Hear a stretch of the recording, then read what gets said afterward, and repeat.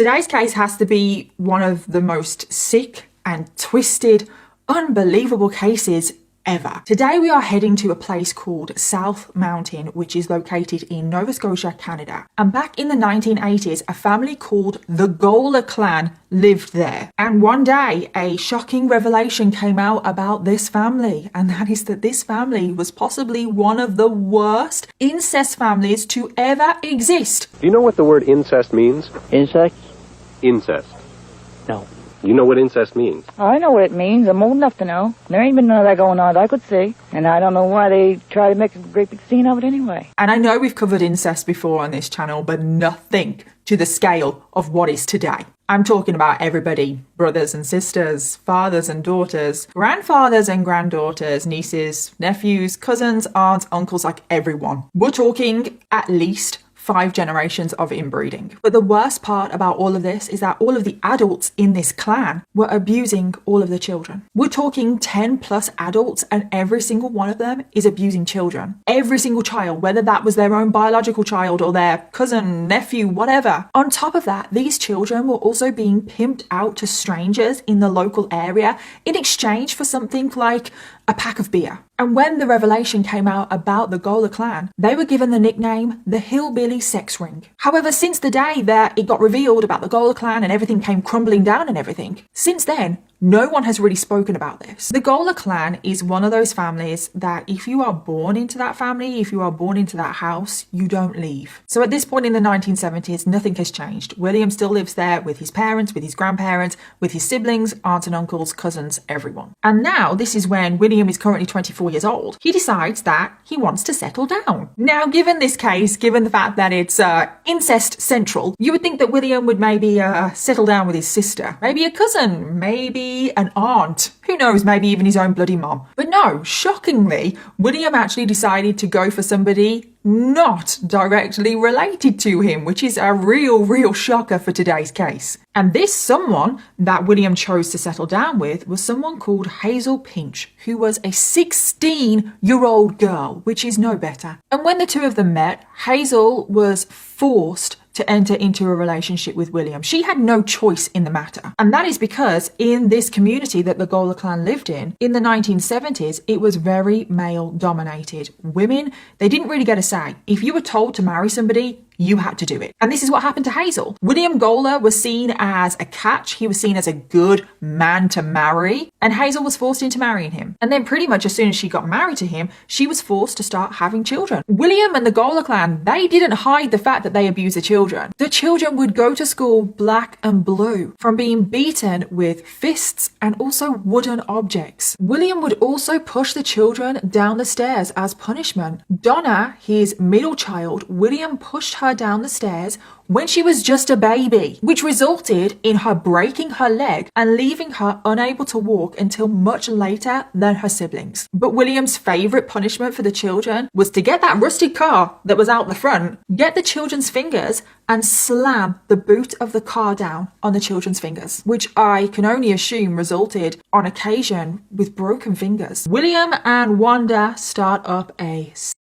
relationship. Oh my God, shocker. Like that wasn't William's intention to begin with. So apparently the story is that Wanda moved into the home to look after the children, to take care of the home, but there was no spare beds. So she just had to sleep in the same bed as William, or should I say same mattress as William. And you know, what's someone going to do when they're on the same mattress as someone? Well, obviously they're going to have... Apparently Wanda had a very high drive, so William was just happy to do his part in helping her. Her first victim was Sandra, which is the oldest out of William's children, and she was just 10 years old. This happened as soon as Hazel left the home for good, and Wanda grabbed Sandra, dragged her into the bedroom and forced Sandra to perform on Wanda. And this would happen over and over again. Wanda would grab Sandra, make Sandra perform on her, but then Wanda would also perform on Sandra. But it gets worse because Wanda would make the other children watch. And this was just pure intimidation because Wanda was essentially saying to the other children, if you don't do as you're told, that is going to be you next. And this abuse is just absolutely horrific and it went on for years. We are now heading into the 80s and Wanda is still there. Wanda is still abusing all of the children along with all of the other males in the family as well because none of that has stopped. And at this point, because it had been going on for so long, some of the children actually did try and reach out for help. It seems like Wanda was the tipping point for a lot of the children because the abuse from her was so bad and so relentless. A lot of the children just couldn't cope with even living anymore because of what Wanda was doing to them. So the children tried to reach out for help. They initially went to the other women in the Gоlеr clan, but of course that was no use and the women just ignored the children, just didn't care. I mean, they knew what was going on, so they were not exactly going to be helpful, were they? Sandra, the eldest out of William's children, actually ran away twice. Police picked her up both times and Sandra tried to tell the police about the abuse both times, but she was completely ignored and she was dropped back home. It's just unbelievable. How can the police pick up a runaway child and the child expresses that they have ran away from home because they are being abused both physically and then the police are just like, who cares, and drop the child back. And when Sandra was dropped back, she was beaten so severely by William for running away. So we now jump forward to 1984, and the sexual abuse of the Gоlеr children had been going on for well over a decade. And finally, this is when everything comes crashing down. And it all started on the 21st of January, 1984. And at this point, Sandra, the oldest child, had just had enough. She was now 14 years old. Her dad had been sexually abusing her for about a decade now, and Wanda had been sexually abusing her for 5 years. And she couldn't take it anymore. So one day, whilst Sandra was at school, she was acting out, which was pretty normal for Sandra. She definitely was a little bit of a troubled kid in school, which can you blame her considering what her home life is like? So she's acting out in school, and she was asked to leave the classroom to stand in the hallway. And she would only be allowed back in the classroom when she was going to behave properly. And this had happened so many times. This was so normal. It happened nearly every day that Sandra was sent out of class. But there was something different on this day, because on this day, Sandra was crying. And the teacher had never seen Sandra cry before. So the teacher knew that something wasn't right. So the teacher followed Sandra out into the hallway and asked her,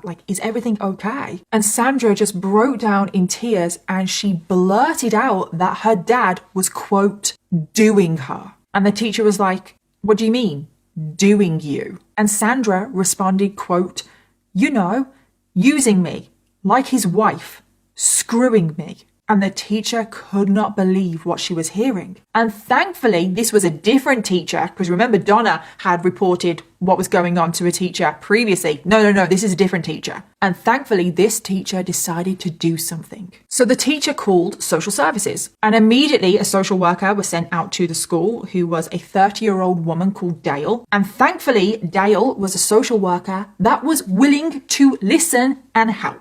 Because social workers were aware of the Gоlеr clan, and with the stigma around this family, no one wanted to deal with the Gоlеr clan. It was too difficult. It was just a bit murky. No one really wanted to get involved. Well, Dale was not from the area, so she didn't have that same stigma towards the Gоlеr clan and the children. She didn't care. She just saw a child in need and wanted to help, which is her job. Shocker. So Dale started questioning Sandra about what she had said about her dad. What do you mean? Screwing you? Like his wife? What do you mean? And this is when Sandra told Dale that her dad had, quote, been screwing her since she was a little girl, and it was happening approximately 15 to 20 times a month. Sandra then went into graphic detail about all of abuse. So in the interview, the police confronted William about everything that Sandra had said. And William, after hearing all of the accusations against him, he didn't even flinch and he just said, no, that didn't happen. My daughter is lying. Because William truly thought that he was going to be able to get away with this, because William thought that it was just Sandra's word and Sandra's word alone. But it wasn't, because the police had conveniently left out that Donna had also backed up the story, and it would be Donna that would ultimately be William's downfall. Because throughout the interview process, Sandra started to struggle, and she didn't think that she had the confidence to actually stand up in court and testify against her dad. However, Donna, who I just want to point out is only 11 years old at this point, she was determined. She wanted to protect her little sister Lisa at all costs. She wanted to make sure that her sister Lisa and no other child ever got sexually abused again by William or the other adults in this clan. And Donna stood up to her dad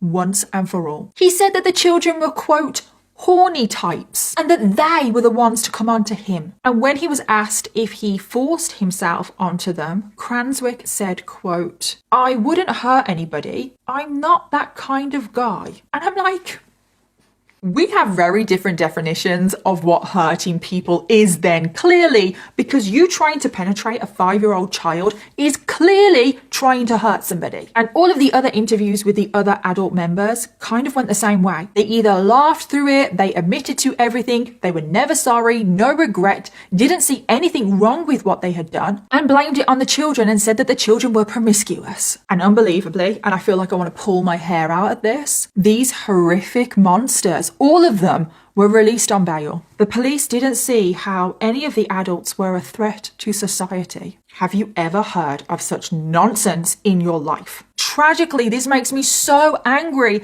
is that one of the older children, they were 14 years old, this was Doug, he wasn't rescued from the Gоlеr household. Don't ask me why, because he's still a child. I don't know why he was left behind, but Doug, the 14-year-old, was still in that house, and the police have just released all of these sexual offenders on bail. So William Gоlеr, the ringleader of this Gоlеr clan, the most despicable man ever, only received 7 years in prison.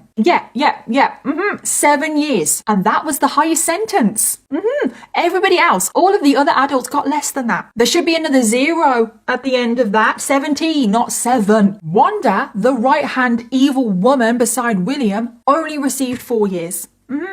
For the horrific sexual abuse of all of the children in the clan for about 5 years, she received less time in prison than the length of time that she was abusing children. How does that make sense? And that goes for William as well, because he only received 7 years and he has been abusing children for at least 10. None of it makes any sense. Cranswick, the older brother, the more violent out of all of the adults, he received 5.5 years. The other brother, Henry, only received 3 years. Roy, who abused the younger daughter, Lisa, so badly that she couldn't even bring herself to face him in court, only received 1 year in prison. William's sisters, Mary and Josephine, they were obviously complicit in the abuse, probably participated themselves in some sort of way. They only received 1 year. And the list goes on. All of the other adults in the clan received anywhere between 1 and 3 years in prison.